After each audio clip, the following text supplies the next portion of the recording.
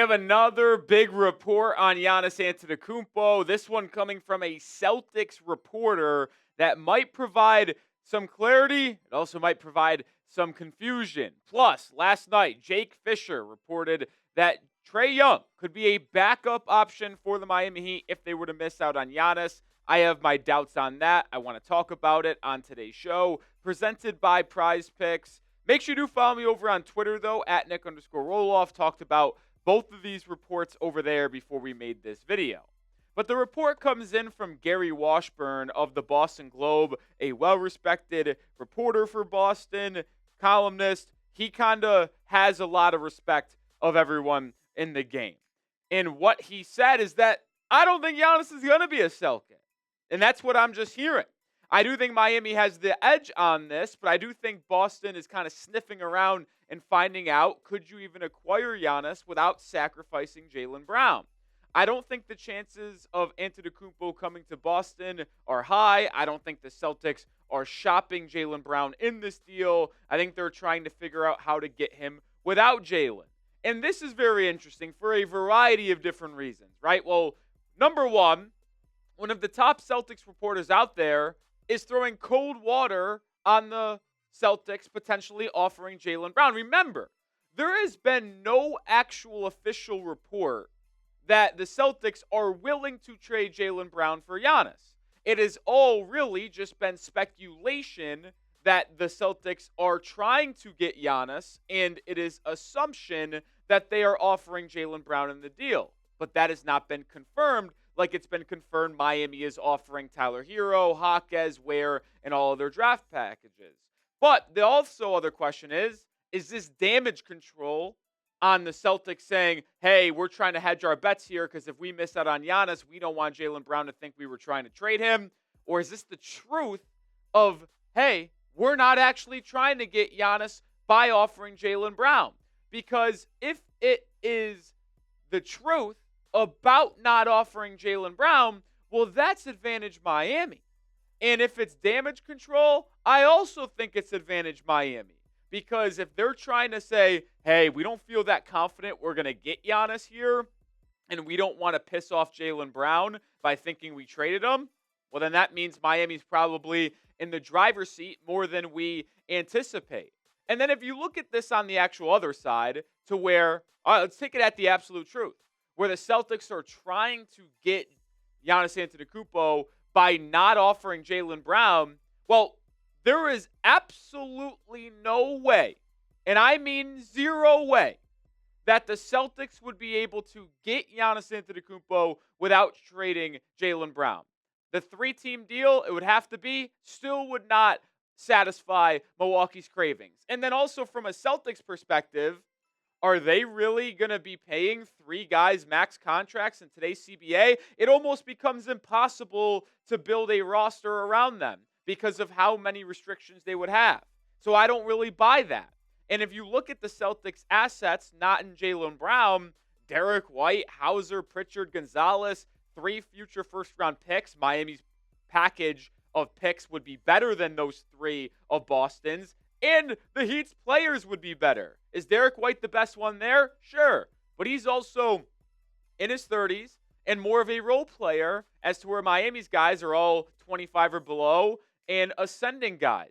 So even if you were to rope in a third team involving Derek White, Pritchard, Hauser, Gonzalez, there's just no chance that Milwaukee would get a better return than what Miami's offering. So there's many different ways to read this Gary Washburn kind of report, and most of them favor the Miami Heat, but it also could be playing coy and that a deal could be near for Boston, so you never really know. Pin comment on today's show. What is your confidence level in the Miami Heat getting Giannis Antetokounmpo? Scale it for me down in the comment section, 1 to 10. I'm sitting right now at a solid 3.5. I have had this thought for the past 72 hours that everybody is going to be talking about, hey, the Celtics getting Giannis. But if you remember, a lot of big trades, no one really knew that team was even there. Toronto for Kawhi. Milwaukee for Damian Lillard. Is there a world where a team that we haven't discussed is going to be the actual Giannis destination, I still think Orlando is as big of a threat to the Heat that the Celtics are. I really feel that way. And coming up here in just 1 second, we're going to talk about that backup plan that could be in motion for Trae Young. Today's show is sponsored, though, by Prize Picks. We're trying to gain the most followers out of anyone here at Chat Sports on Prize Picks. I've got 39 followers. I'm beating out other hosts like Patrick Seatman. I'm going to battle with the Celtics host, Tyler Smith. Go follow me at RowleyCS to see every lineup that I make on the social feeds feature. I have a lineup for the World Cup today, which is a bit of a doozy. I had a $2.50 bonus lineup that PrizePicks gave me for my participation in Flex Friday last Friday. So we're going to try to go as big as possible with that small bonus lineup. We've got a lot of different projections. I don't think Lionel Messi scores, so I'm going less on goal there. I'm going with Kylian Mbappe to score a goal in their match against Senegal. I got the Senegal goalkeeper, more on 4-goal saves. I think France peppers them a bit. That's my 5-player lineup. It's a bit of a stretch, but we're trying to take advantage of that bonus lineup. You can get bonus lineups. You can get payout boosts by playing PrizePicks every single day with me and the Chat Sports crew. Just download the app today. Use code HMA. That'll get you $50 in lineups instantly when you play your first $5 lineup. That is code HMA to get $50 in lineups when you play your first $5 lineup. Shout out to PrizePicks for sponsoring today's show. Let's talk about a potential backup plan in work for the Miami Heat, because I reacted to it on Twitter last night. I saw a lot of Heat fans crashing out about this report from Jake Fischer, who said, I've been told by various sources that in addition to Kawhi Leonard and Ja Morant, Trae Young has emerged as another big fish option for the Miami Heat in the event that some other team manages to outbid Pat Riley and company in the trade chase for Giannis. And I'm not here to discredit Jake Fischer.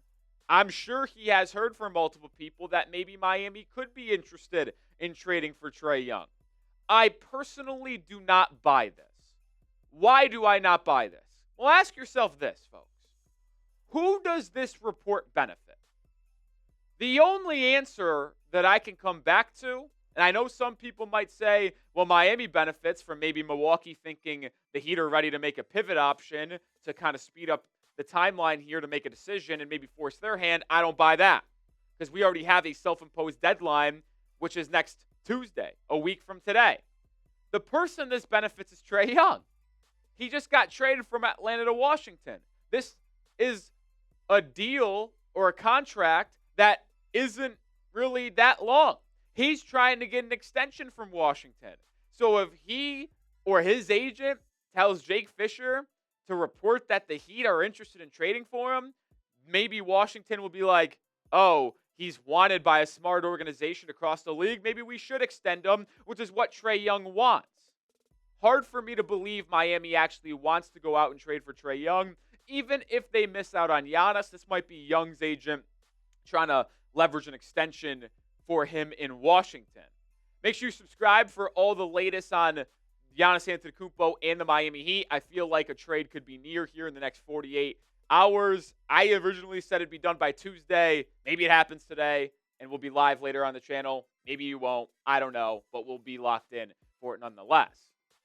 Trae Young is just a guy that, even if this report is true about Miami maybe being interested in pursuing him after they miss out on Giannis, I just would be surprised, if I got to be honest. Yes, is he a very high-level offensive engine that requires the ball to be in his hands quite a bit, but would definitely reward you because he is a walking 25 and 10 in terms of making some assists. And you'd obviously keep Kel'el Ware and Bam Adebayo in a trade for Trae Young, and you would be having a very high-level pick-and-roll handler to maybe boost Kel'el Ware and Adebayo's offensive game.